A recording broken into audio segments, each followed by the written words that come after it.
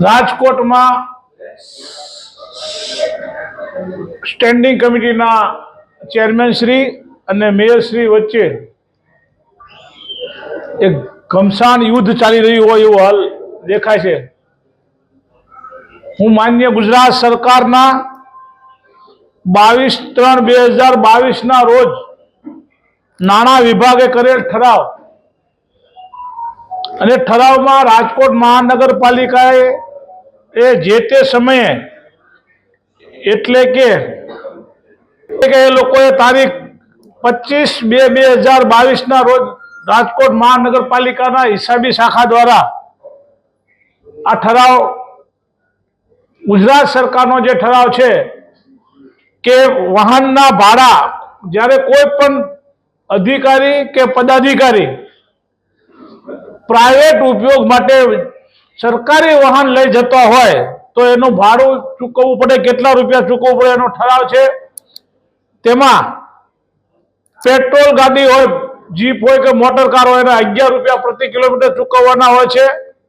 Motor car કે jeep diesel હોય તો એના પ્રતિ કિલોમીટરે 10 રૂપિયા ચૂકવવાના હોય છે।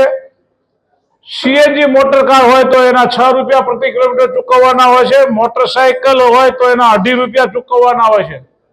આવી રીતે માન્ય ગુજરાત સરકારના નાણાં વિભાગ દ્વારા 16/12/2004 અને 28/6/2012 પરિપત્ર અનુસાર જે દર નક્કી થયા છે એ દર રાજકોટ મહાનગરપાલિકાએ કરેલ ઠરાવ 25/5/2022 રોજ ચોખ્ખો ઉલ્લેખ કરવામાં આવે છે કે વંચાણે લીધેલ બે એટલે હું જે બોલ્યો તે ભાડા ની રાજ્ય સરકાર શ્રી દ્વારા પ્રવર્તમાન માઇલેજ ભથ્થાના દર અને સરકારી વાહનોના ખાનગી ઉપયોગ માટેના ભાડા દરનું સુધારવાનો ઠરાવ કર્યો છે।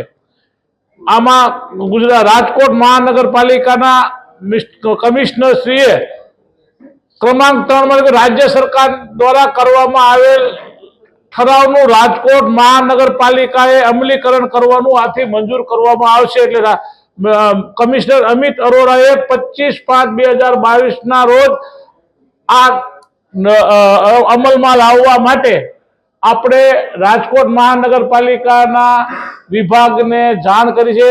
એમાં મેયર પણ આવી જાય છે, સ્ટેન્ડિંગ ચેરમેન આવી જાય છે, બધા અધિકારીઓ અને પદાધિકારીઓ બધાને આ નિયમ લાગુ પડે છે। એટલે રાજકોટના મેયર શ્રી જે બોલ્યા છે એ સાચું છે અને સ્ટેન્ડિંગ કમિટીના ચેરમેન જે 2 રૂપિયાની વાત કરી અને મેયરને નીચું દેખાડવાની જે વાત કરી છે એમાં આ મેયર સાચા છે અને સ્ટેન્ડિંગ કમિટીના ચેરમેન ખોટા જેવું સાબિત થાય।